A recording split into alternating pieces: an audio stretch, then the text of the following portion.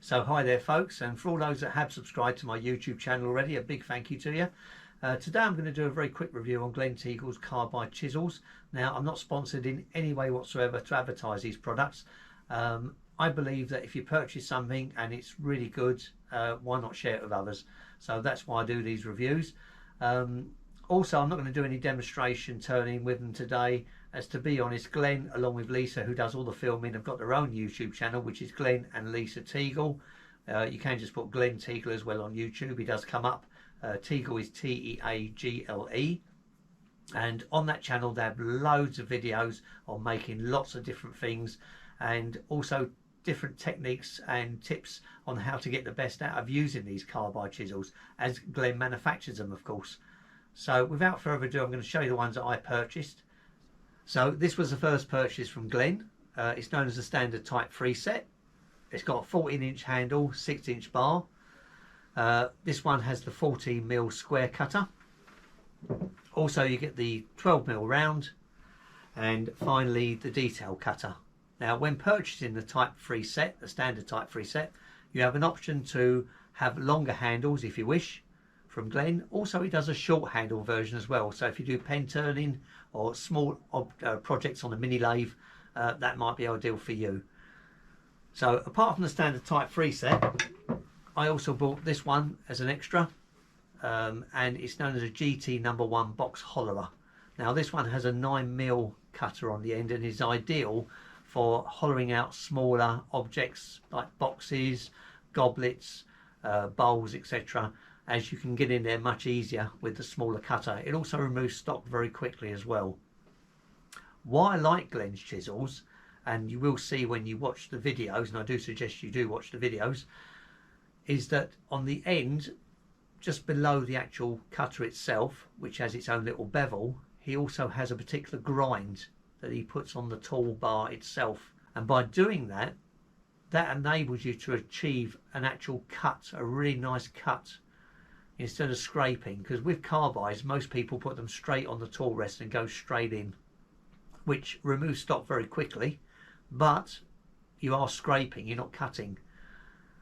By having that angle and putting the tool on the tool rest at an angle instead of straight and dropping the handle, you're now slicing, you're cutting along the wood, so you're getting the same result as if you was using a skew. And as Glenn explains on his videos, you can achieve the same results using carbides, if using them correctly, his ones that is, as you would with traditional tools. Now, I like using traditional tools myself. I've got no problem with that whatsoever. I love using them and getting more advanced with them.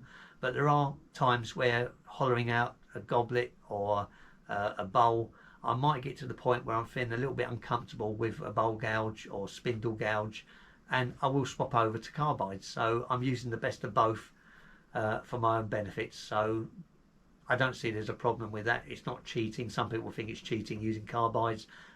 If you're achieving the result and you get a nice finish, why not? So that's my view on it. Just to show you what I have done, this is a couple of bowls that I've actually made using Glenn's carbides, and as you can see, you get a lovely finish. There's no tear out there whatsoever. This is a little vase that I made, and this is eucalyptus. Now if I can just move that around, hopefully you can see the shine on that. That was very little sanding indeed, and this was all done with the 12mm round cutter. So that's the sort of finish you can get with carbide. So for those who say you can't get a finish like you would with traditional tools, there's the proof. So as I say, if you are interested in purchasing Glenn's carbide chisels, his website, if I didn't mention it earlier on, is ukwoodcraftsandcarbidechisels.co.uk. I will put the link in the description below along with his YouTube link.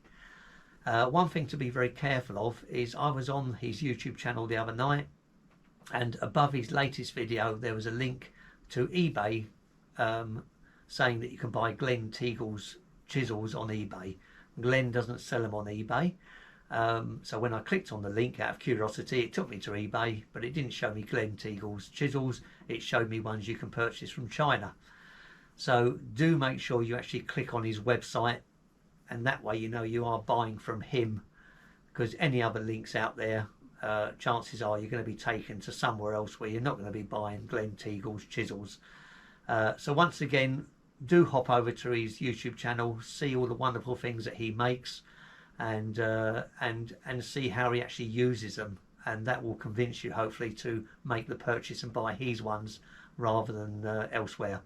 So thanks for watching. Hope you like this review. Please give me that thumbs up, and don't forget to subscribe.